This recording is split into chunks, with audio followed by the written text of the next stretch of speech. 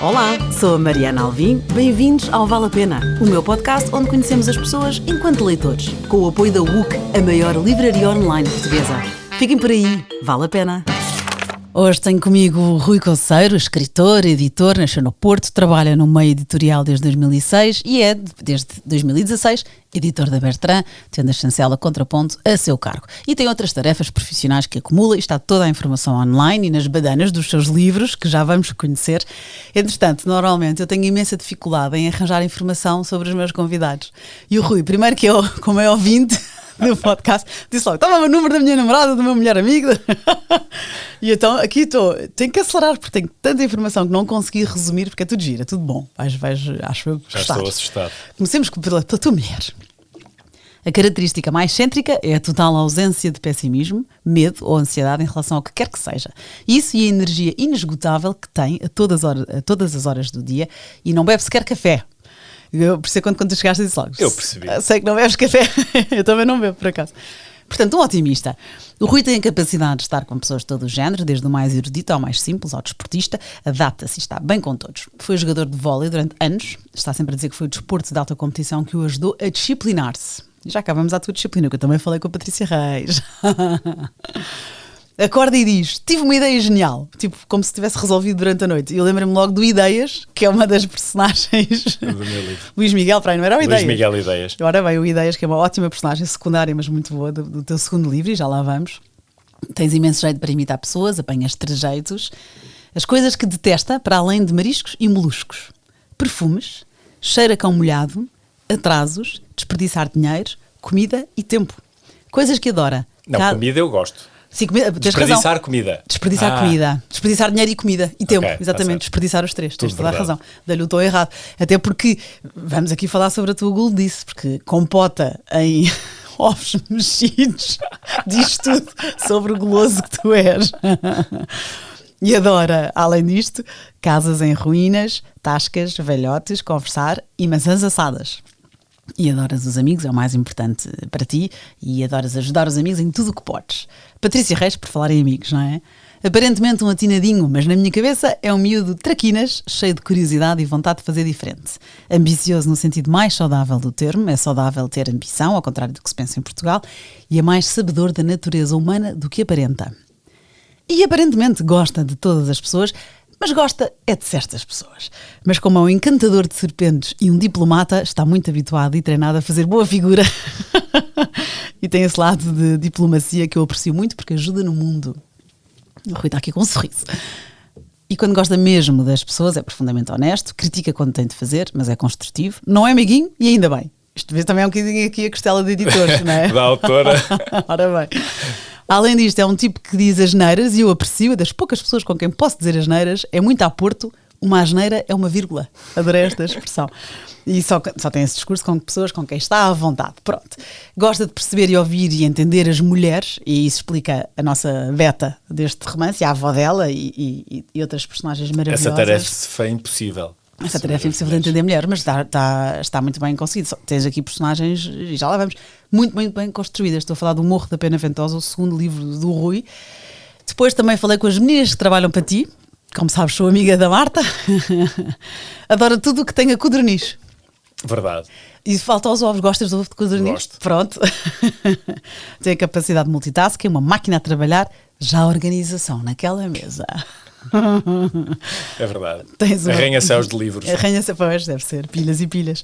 Tens uma playlist incrível de música tradicional portuguesa e também se vê a tua cultura, não só de poesia, como outras obras aqui no Eu livro. acho que ela se referia à música pimba. Sim, tradicional portuguesa, sim. Porque tu aqui tens outras referências, tens cá a Mané que não entra nessa tua lista, mas tens uma cultura também mais séria. E outra pessoa que trabalha para ti, a Inês, não se importa de roubar croquetes em caterings alheios. Pois, parece que é verdade. E um ótimo mentor enquanto chefe. Pronto, ainda o teu amigo Rui, o Rui entusiasmou-se imenso, eu tenho que resumir, senão não saímos daqui. Mas o que ele diz são duas coisas. Primeiro, andas à procura, portanto, gostas muito da cidade de Viseu, e andas à procura, até ao dia de hoje, isto lá está, sendo o goloso que tu és, do santo grau de gastronomia autêntica daquela região, uma sopa de grelo de cebolo, que, segundo revelação, está anunciada no menu de um restaurante situado em Barbeita, algures a meio da estrada que nos leva a Santos Evos. Portanto, pede o Rui Lopes, teu melhor amigo, Se este podcast tiver ouvintes em Rio de Loba ou conhecedores daquela freguesia, pode muito bem ser um meio para que o Rui atinja esse desidrato. Isso está no meu primeiro livro.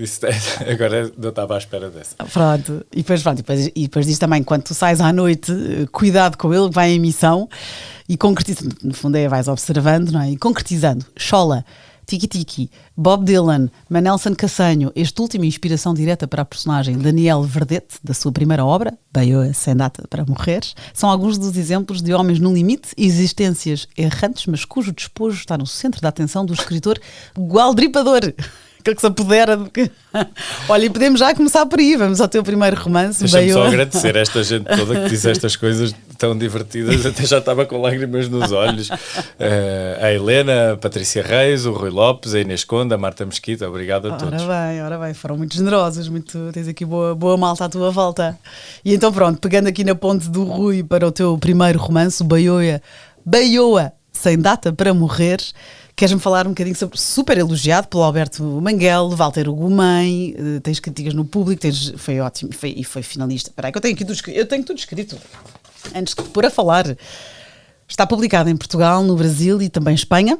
Prémio Literário Manuel de Boaventura, finalista do Prémio Pen Club Português. Ótimos elogios, lá está. Já tinha aqui a minha cábula do Walter Ugumem. E nas palavras de Helena Vasconcelos do público, e eu adaptava as palavras dela como crítica minha ao teu segundo romance, diz ela, Rui Conceiro é um virtuoso da língua portuguesa e a cadência da sua escrita convida à viagem ao devaneio. Muitos parabéns. Obrigado. Esse livro, em primeira instância, Mariana, e obrigado pelo convite, por estar aqui já agora, já estávamos aqui a conversar. Eu não calei.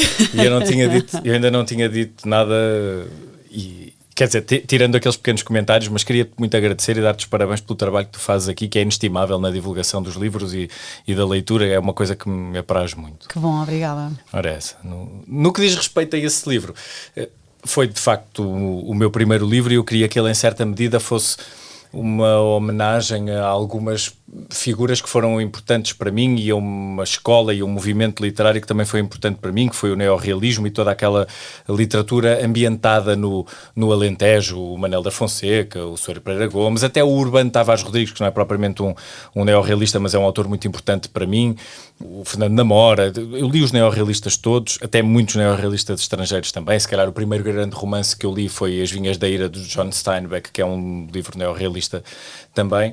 O Alves Redol, tudo isso me marcou muito e eu sabia que quando escrevesse ou publicasse um primeiro livro que queria ambientá-lo no Alentejo, porque aquelas paisagens, digamos, eu conheci o Alentejo primeiro através da literatura. Uau. Antes de o conhecer fisicamente. Era miúdo, sou do norte, como se diz aqui em Lisboa, eu nasci no Porto, mas cresci em Espinho, ali ao pé, e portanto o cenário e a paisagem, a geografia alentejana não fazem parte do nosso dia-a-dia. E eu, antes de lá ter ido de férias com os meus pais, ou de passagem ou qualquer coisa, e conhecer verdadeiramente, antes de conhecer verdadeiramente o Alentejo, conheci-o através da literatura, e portanto marcou-me muito, e eu quis, como dizia há pouco, ambientar esta história no Alentejo. E foi uma história que foi crescendo aos poucos dentro de mim. Eu escrevi uma primeira versão deste romance ali entre os 27 e os 31 ou 32 anos, não sei já bem, e quando terminei achei que o livro era verdadeiramente péssimo e desisti e pensei, eu não posso ser romancista, que eu não sou capaz, não consigo. Então fui fazer uma tese de doutoramento, pus-me a fazer essa tese afincadamente, fiz o primeiro ano, componente letiva, fiz o projeto da tese, fiz uma grande parte da tese, fiz a investigação toda, e a dada altura a Helena, a quem eu dedico os meus 2 livros, disse-me, olha, eu acho que tu te estás a enganar e que o que tu precisas de fazer é aquilo que tu queres mesmo fazer. Eu sei, eu estou-te sempre a ver, a tomar notas, eu sei que tu tens histórias aí dentro e que o que tu queres é mesmo ser romancista, é a única coisa que se calhar tu quiseste ser toda a vida. E depois, com o incentivo da Sofia Fraga, da minha editora, que quando soube que eu escrevia crónicas na Visão, começou a ler e me perguntou se eu não tinha um romance, com o incentivo dessas 2 pessoas eu voltei àquela história, que era a história desse homem que com as suas mãos, com o seu próprio trabalho braçal, decide recuperar uma aldeia sozinho, uma aldeia onde já só vivem 5 ou 6 pessoas, o Joaquim Baioa, que não existe, mas era a personagem que eu tinha na cabeça, decidi tirar-me à tarefa de reescrever o livro, não aproveitei quase nada dessa primeira versão, que de facto era muito má, e escrevi uma segunda que me agradou, e quando terminei, foram 6 anos a escrever esse livro, porque eu sou um escritor de fim de semana, não é? Porque durante a semana sou editor e trabalho nos livros dos outros. Quando terminei essa primeira versão, essa segunda versão, fiquei confortável, entreguei à Sofia Fraga, e ela e o Vasco David quiseram publicar o livro, e eu fiquei muito contente, e as alegrias que o livro me tem dado são muitas, e portanto, valeu a pena. Sim, valeu a pena. Pelo menos para mim. Não, eu vou lá, e é premiado e elogiado, até o Miguel Esteves Cardoso diz que não parece um primeiro romance, não é? Portanto, há aqui tanta coisa que... Há aqui uma maturidade. Eu que não te conhecia, sinto isso e li o teu segundo, porque há aqui uma... Pronto, como eu citei a própria Hilaria Vasconcelos do Público, não é? Aqui é um virtuoso da língua portuguesa, e tens uma cadência de escrita, tens uma... Parece fácil, no entanto. Agora íamos então... mas espera aí, antes de ir para o teu segundo livro, mas pronto, aqui passa-se no Alentejo, o Baioia Sem Data para Morrer, e é um jovem professor que se junta, tanto tens aqui o contraste, o velhote e o jovem professor que quer juntar-se a ele no projeto de reedificar esta aldeia abandonada, não é? E depois também há o urbano e o rural, tu tens aqui os contrastes... Sim, eu acredito, e daqui a pouco vamos falar disso melhor quando chegarmos às minhas sugestões, eu acredito que a literatura só faz sentido quando nós colocamos no nosso trabalho de escrita os nossos interesses profundos.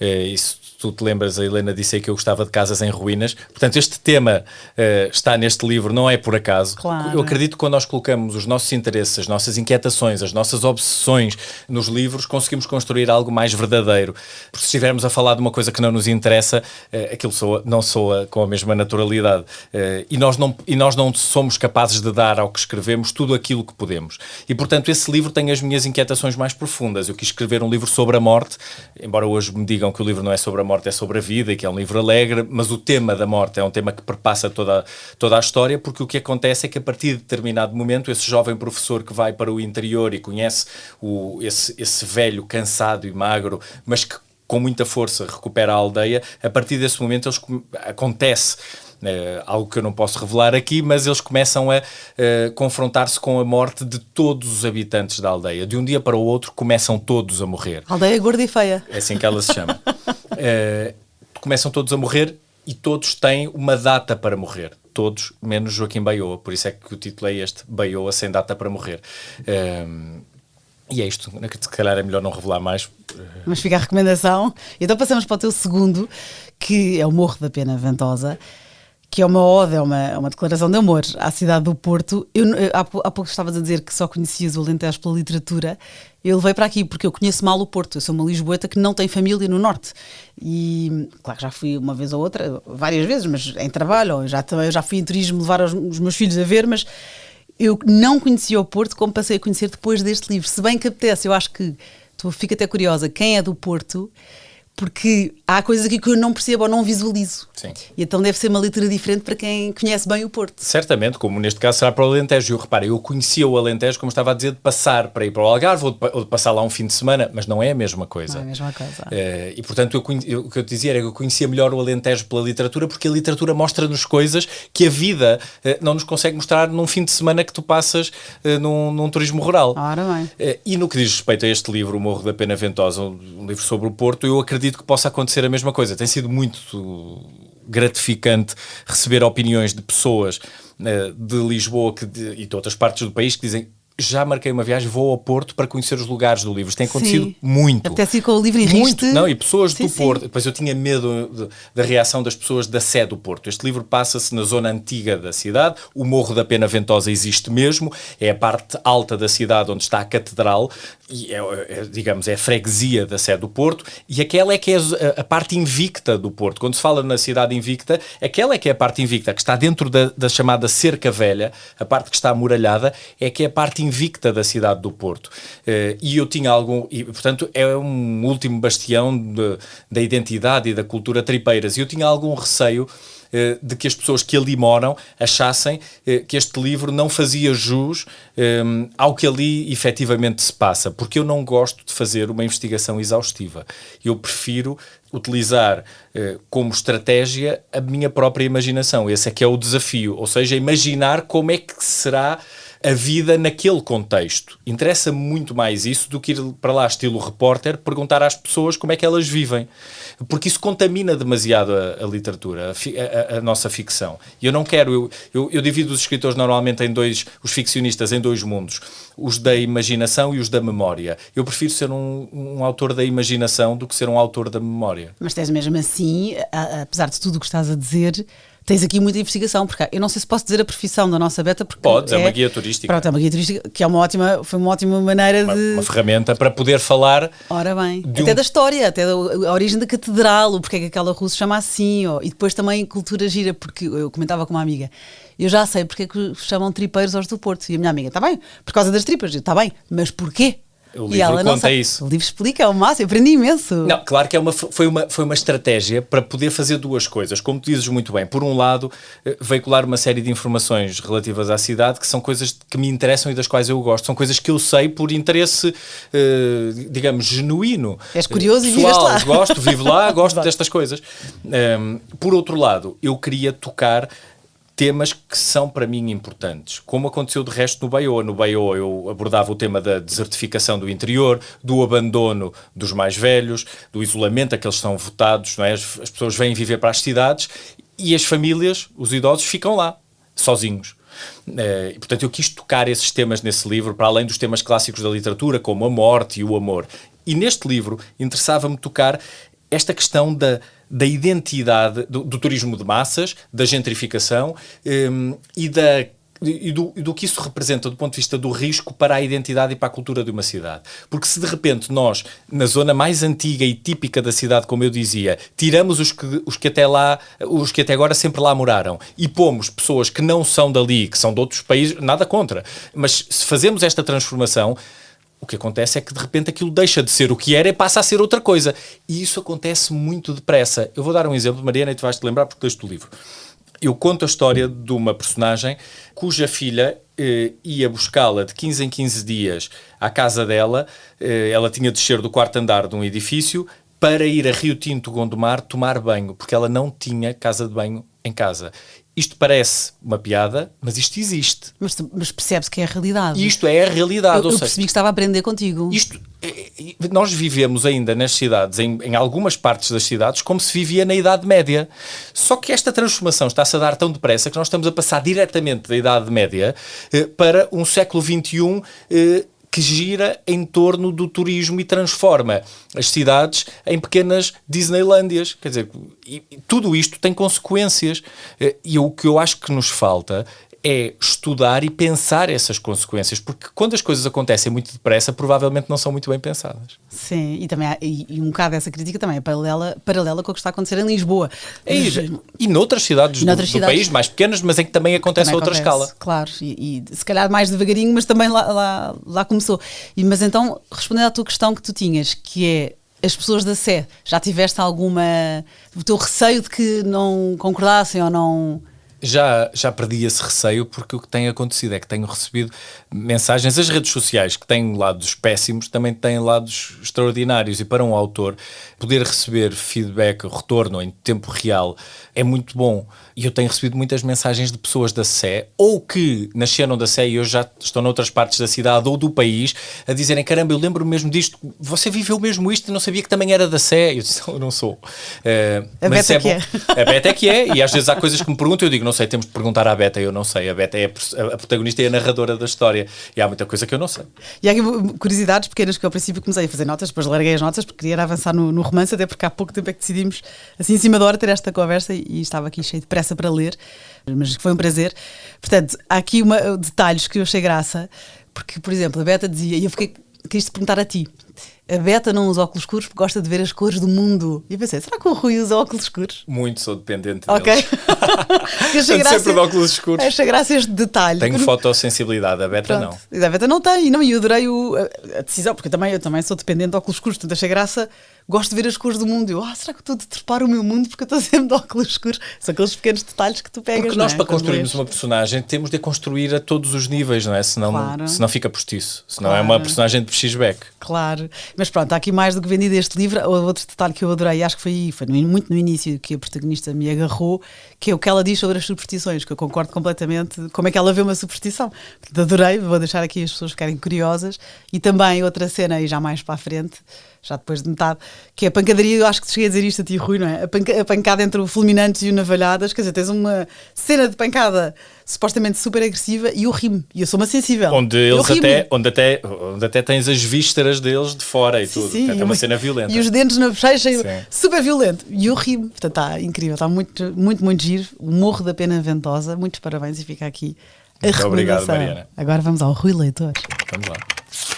Começamos, já a Anabela Mota Ribeiro me falou nele, claro, Machado de Assis com a obra Dom Casmurro.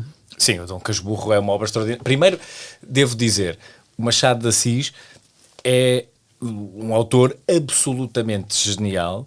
Tenho muita pena que em Portugal, às vezes, as pessoas liguem pouco à literatura que se faz do outro lado do mar.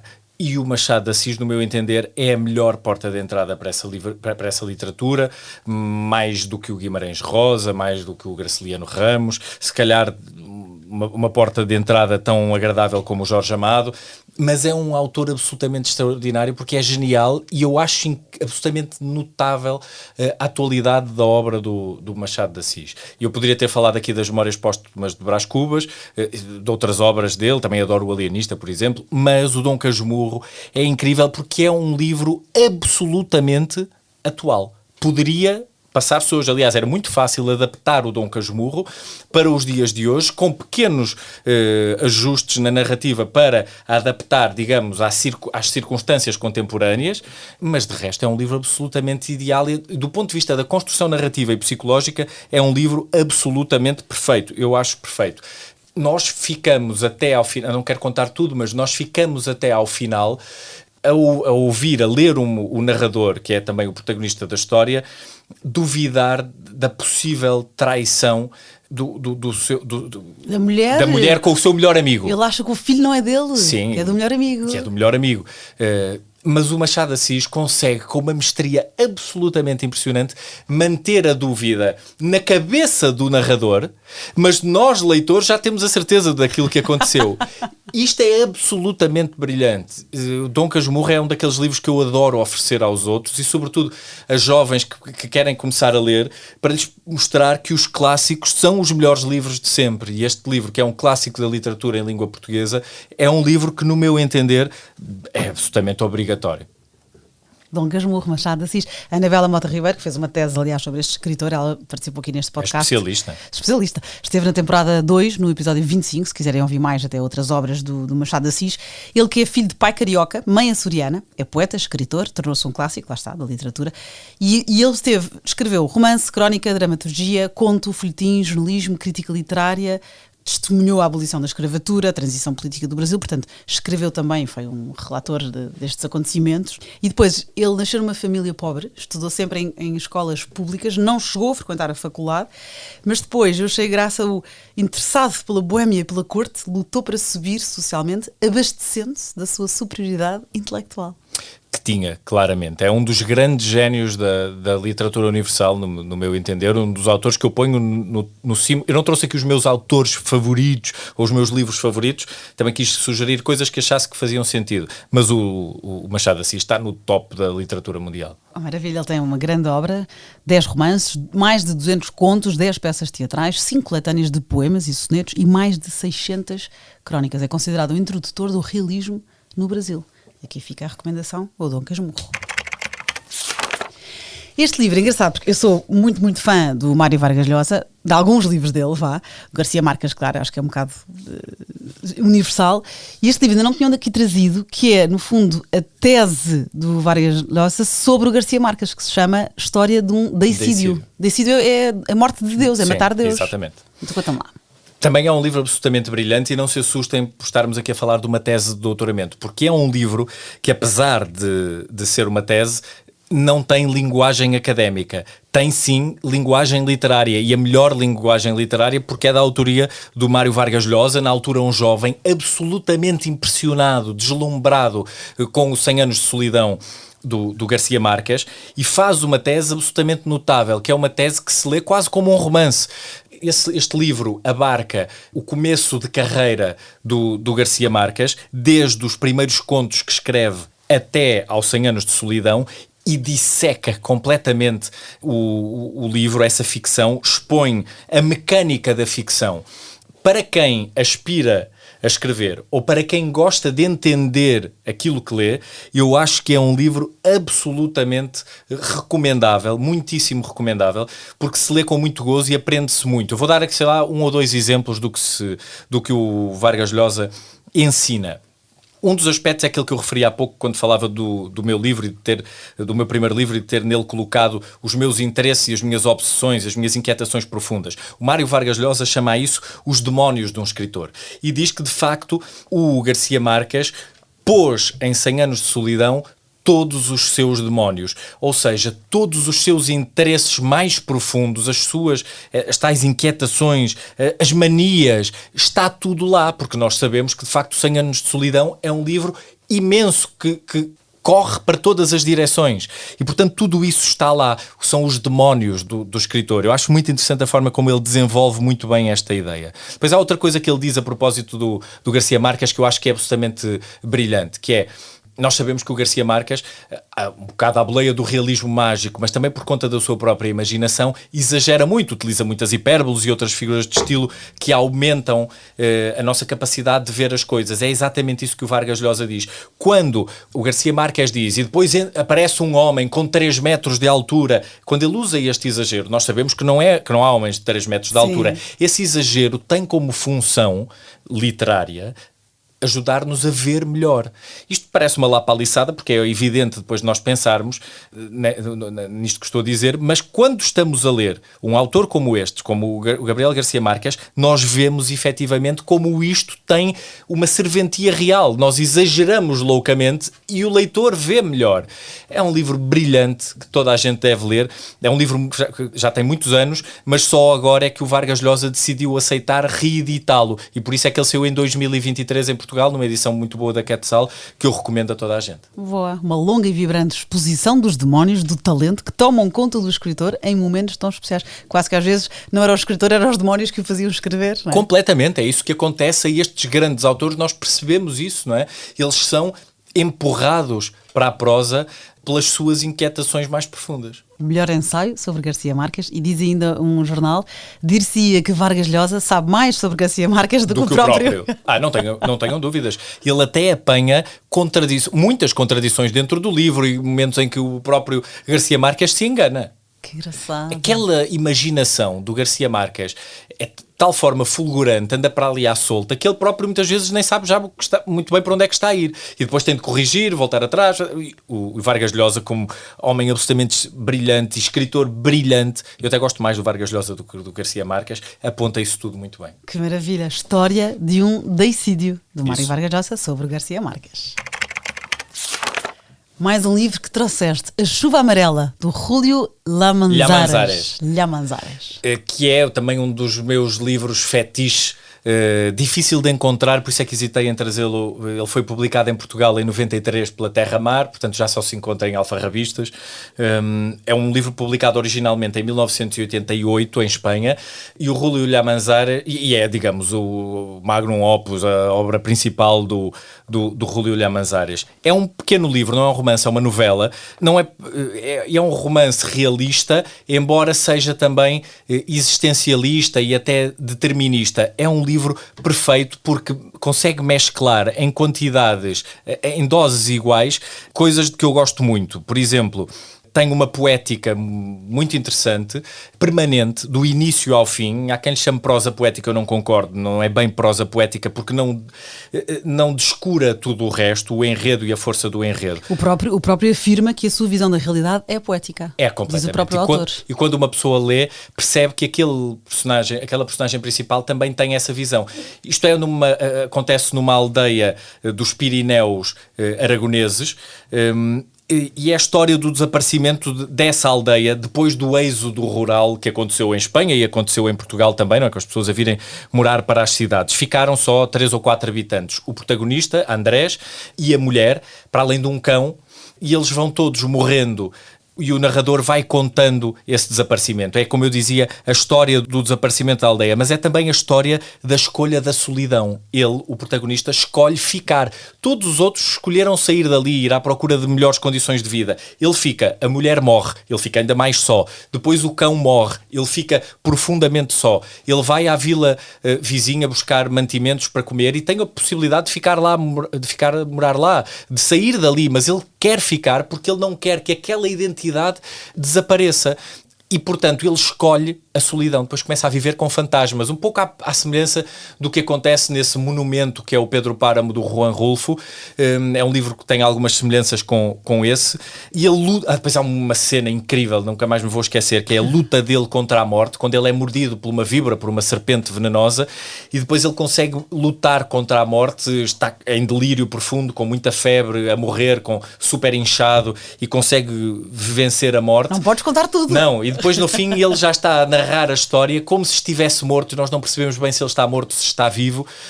Epá, é um livro formidável, das coisas mais maravilhosas que li nos últimos anos. Só tenho pena de não ter lido este livro antes de ter lido o meu Baiô Sem Data para Morrer, porque são livros com algumas semelhanças. Aliás, eu até o li porque o Fajardo, um escritor que gosto muito, o José Manuel Fajardo, me disse: o teu livro, Baiô, é parecido com um livro que fez muito sucesso em Espanha há uns anos, o livro do Julio Llamanzares. Então fui procurá-lo, fui ler e de facto tem algumas semelhanças.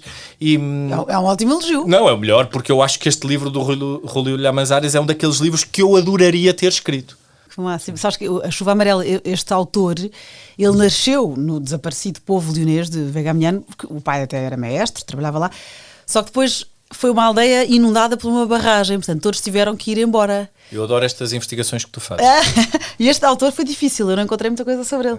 Mas mudou-se então, portanto foi a barragem de Porma, que inundou este povo, enfim, esta terra, e depois ele mudou-se para a vila de Olleros de Savero, e a infância em ambas as aldeias marca futuramente parte da sua obra. Portanto, tem a ver com esta... Lá está. Não sabia. Só que, ao contrário, se calhar ele imaginou o que seria ter lá ficado. É evidente, há uma inspiração biográfica. Sim, e depois ele faz um livro brilhante. Depois é o léxico, que é assim, é vigoroso. Nós não conseguimos parar de ler. Apesar do ritmo ser lento em muitos momentos, porque ele utiliza frases com poucos verbos e às vezes uma pessoa estranha um pouco a prosa, mas não consegue parar de ler. Não dá para parar de avançar.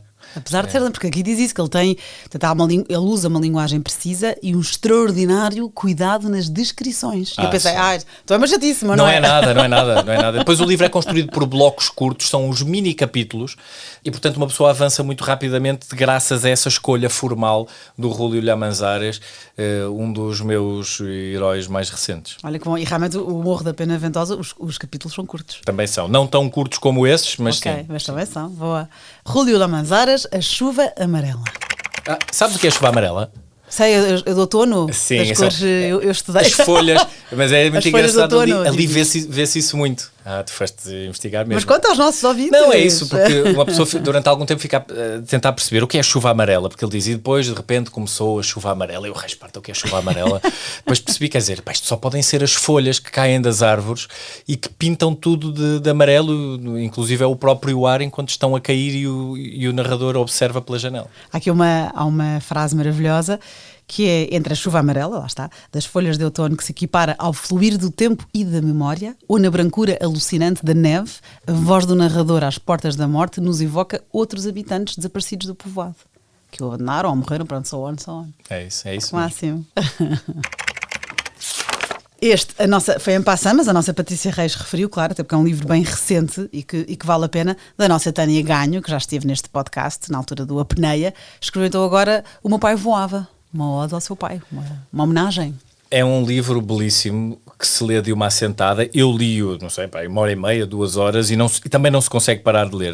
Já agora dizer, a Tânia Ganho, além de estar a fazer um percurso em ascensão enquanto escritora, é uma grande tradutora, portanto merece todas as nossas homenagens porque nos tem oferecido muita literatura de muita qualidade, mas de facto é uma excelente escritora e este livro, se necessário fosse, depois do êxito do Apneia, do romance anterior dela, este livro vem confirmá-lo. E é bem mais pequenino. É um livro pequenino e é precioso, é um livro muito bonito, que como eu disse, lê-se num instante e lê-se, a meu ver, com um misto de sensações. Por um lado, fascínio por aquele homem brilhante que era o pai da narradora, da Tânia Ganho, que era um homem também raro, porque é um homem daqueles que já não existem, um humanista, um homem com um erudito, um sábio, um homem com um conhecimento profundo da sua área, mas também de outras áreas. E depois é um livro que se lê também com muita ternura, ternura pela narradora, e pela família da narradora e também por ele, porque no final, fragilizado, já, digamos, apagado pela doença, ele torna-se uma sombra daquilo que fora, porque foi um homem absolutamente extraordinário. Eu estava a ler aquilo, só me apetecia tê-lo conhecido, voltar atrás no tempo e ir ter com a Tânia Ganho e dizer: quero conhecer o teu pai. Depois sentimos, é uma ternura, há uma ternura, mas é uma ternura triste, porque por quem ali perde, e também, ao mesmo tempo, por nos fazer antever as nossas próprias perdas. E acho que essa é uma das grandes forças deste livro. Ao mesmo tempo, o livro exerce sobre o leitor uma atração fatal, porque uma pessoa não consegue largar. Uma das partes mais bonitas, vou só aqui revelar um bocadinho que me marcou profundamente. Uma das partes mais bonitas é quando a mãe da Tânia Ganho, também é muito bonita a relação entre a Tânia e o irmão, é muito bonita, mas uma das partes mais bonitas é quando a mãe da narradora, a viúva, portanto, diz à Tânia: hoje não chorei. Portanto, ela já tinha perdido o marido há muito tempo e aquele dia em que ela diz à filha, e a filha lhe pergunta: então como é que estás? Já não sei se é exatamente assim, como é que estás hoje? E ela diz: filha, hoje não chorei. É muito bonito, é um livro formidável, pequeno e precioso, mas muito grande por dentro. Maravilha, bom elogio. O meu pai voava, da Tânia Ganho. Fica aqui a recomendação. E um beijinho à Tânia. Um beijinho. Agora, já sabes então, como meu ouvinte que és, e obrigada por isso, Dom Casmurro, Machado de Assis, Garcia Marques, História de um Deicídio, pelo Mário Vargas Llosa, A Chuva Amarela, do Júlio Lamazares, O Meu Pai Voava, da nossa Tânia Ganho. Escolhe um. Vou escolher o livro do Júlio Lamazares porque foi o que, de todos esses, o que mais marca mais profunda deixou, mas é uma escolha muito, muito difícil. Sim. É muito difícil. Já escolhi 4 livros, é difícil, não é? Sim, é muito difícil. Aliás, para mim é terrível, é um exercício horrível. Tu próprio disseste no início, aliás, deixa-me aqui procurar que eu anotei, que achei graça.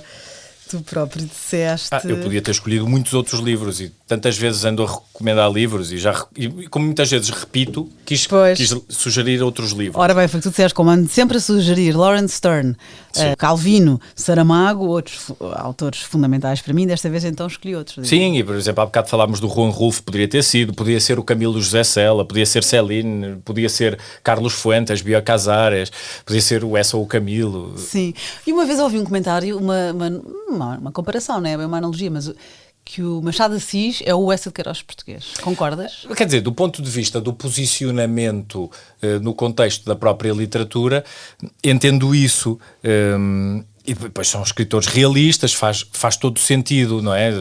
Até pela época em que viveram e escreveram e publicaram, acho que faz muito sentido. Do ponto de vista do posicionamento, para as pessoas perceberem onde é que se situa o Machado de Assis no contexto da literatura brasileira, eu acho que isso faz muito sentido. Okay. 2 gigantes. 2 gigantes, exatamente.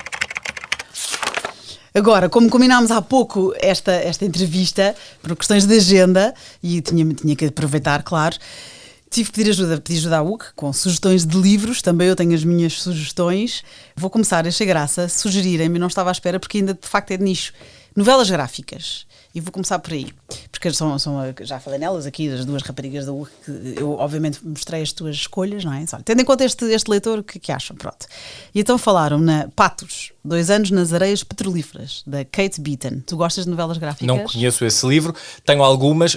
Quando surgiram, eu fui ler bastantes. Não é uma coisa que leia com regularidade, mas é um género que me interessa. Pronto, então, esta Kate Beaton foi cartunista do Hark a Vagrant, eu não conheço, mas também uma novela gráfica que fez muito sucesso, e então ela viaja para o oeste para aproveitar a corrida ao petróleo em Alberta. Portanto, é uma parte da longa tradição dos habitantes da costa leste que procuram um emprego lucrativo noutro lugar quando não o encontram na terra natal que amam. E a Kate, a protagonista, depara-se com a dura realidade da vida nas areias petrolíferas, onde o trauma é a ocorrência cotidiana, mas nunca é discutido. Portanto, aqui pois é, obviamente, o talento do desenho dela, que retrata esta maquinaria, enfim.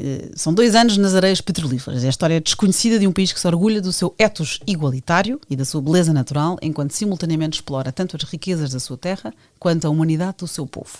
Portanto, achei bonita aqui esta descrição. Aliás, pus aqui tudo mesmo para te vender. Vá. Muito obrigado. Depois temos outra novela gráfica, que por acaso eu aqui tenho-a comigo, que é O Mangusto, da Joana Mozzi. A Júlia encontra-se encurralada num enorme problema. Um mangusto destruiu a sua pequena e estimada horta e ninguém a consegue ajudar. E eu gostei muito disto, porquê? Porque vou continuar. Como se já não bastasse ter de lidar com esta catástrofe, ainda tem de aguentar a teimosia da mãe, que não lhe dá espaço, ou a infantilidade do irmão mais novo, que passa os dias absorvido em videojogos, e só lhe resta uma solução: livrar-se do bicho antes que cause mais danos. Mas como? Até que ponto somos responsáveis pelos nossos problemas e de que forma dependerá de nós encontrar a sua solução? Eu gostei, este aqui achei Obrigado. mais... E depois tenho outras 2 sugestões, já não de novelas gráficas. Linguagens da Verdade, são ensaios do Salman Rushdie, entre 2013 e 2020, que são as suas observações mais penetrantes sobre a evolução da literatura e da cultura. Portanto, Salman Rushdie. Eu este conheço. Conheces? Sim, conheço. E o Salman Rushdie, calcula que conheces. E conheces este livro? Conheço. Linguagens da Verdade. Ele está a rir-se. Então agora, vim eu também dar-te aqui uma sugestão que achei graça. Eu tive uma convidada brasileira cá em Portugal, ela veio cá, e que trouxeram a cultura, ou a particular, a editora trouxe para cá, que é a Socorro Acioli. Eu sei quem é e conheço. Conheces? Conheço. Então pronto, Conheço pensa nela. pessoalmente. Porquê? Porque achei graça, porque ela já cá esteve e recomenda a conversa. E tenho livros dela. Então já não te vou dar esse, que era a Oração para Desaparecer, que ela esteve cá a Socorro e recomenda quem não ouviu, nesta temporada 3. Eu não ouvi, vou ouvir. Número 17. E ela foi uma aluna do Gabriel Garcia Marques. Essa parte eu não sabia. Não sabias? Então a história é giríssima, porque ela, olha, então ouve a história e vais gostar, e quem está a ouvir também. Já ela quero ouvir. Queria participar imenso, ele fazia uns cursos, mas era a convite, uns workshops. E era a convite, e ela queria, tentava. Então já era conhecida lá dentro na equipa por tentar, que é o máximo, porque isso mostra-te resiliência, não é? E acaba por conseguir. E teve que enviar um parágrafo com uma ideia que ela tinha. E assim foi. E a ideia que ela tinha e que trabalhou nesse curso, foram 15 dias, se não me engano, com o Gabo. O livro chama-se A Cabeça do Santo. Está no Brasil. E depois veio para Portugal, então a Oração para Desaparecer. Porquê que eu lembrei de ti? Porque também temos aqui um realismo mágico, uma fantasia que mete uma história que tem, pronto, tu conheces o livro, então, que o Rui vai dizendo que sim, por isso é que eu estou aqui a resumir, mas para quem não sabe, há uma terra que existe tanto no Brasil como em Portugal, tem o mesmo nome, de mais não digo, hoje sou a conversa com a Socorro Acioli da temporada 3. Então escolheste muito obrigado. Obrigada, e escolheste o Mangusto da Joana Mozzi e ficas com a novela gráfica. Pois já tens o Salman Rushdie. Não, mas eu ia escolher o da Socorro, porque agora porque eu conheço os outros livros da Socorro, nunca li este. Ao Cabeça de Santo? Sim. Então vou arranjar-te. Pode ser? Claro que sim. Muito obrigado. Olha, obrigada, e eu gostei muito desta conversa. Eu também. Obrigado. E obrigada a quem nos ouve. Para a semana a mais, já sabem, Rui Conceio, como eu, sem data para morrer, e o Morro da Pena Ventosa.